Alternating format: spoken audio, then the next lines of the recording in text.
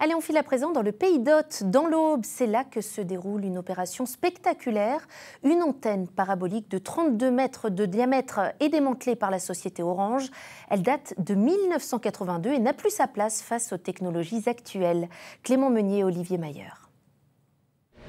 C'est un chantier de près de 3 semaines, historique pour le Pays d'Hôte et la société Orange. Une antenne parabolique de 32 mètres de diamètre, installée en 1982, est en cours de démantèlement.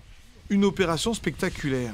C'est la plus grosse antenne, c'est la première que l'on va démonter et normalement c'est la seule.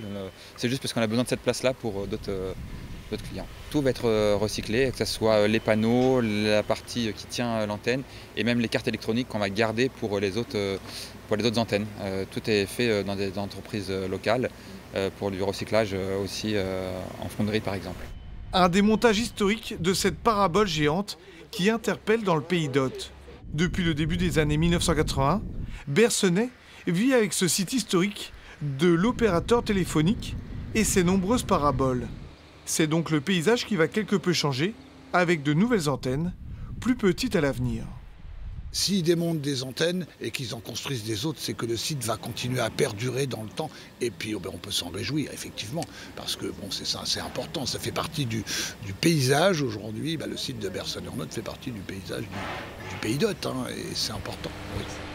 6 nouvelles antennes de 4 mètres de diamètre, donc bien plus petites, vont remplacer cette parabole géante avec à l'avenir toujours plus d'efficacité. Pour répondre aussi aux technologies qui évoluent, notamment en termes de haut débit par satellite. Oui, c'est obsolète parce qu'à l'époque, à date de 1982, et donc c'était pour des satellites qui se trouvent à plus de 35 000 km de la Terre. Aujourd'hui, pour le New Space, on travaille plutôt sur des antennes qui sont à peu près à 1000 km de la Terre.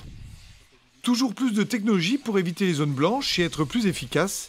Les communications par satellite évoluent. La fin de chantier est prévue pour la fin du mois.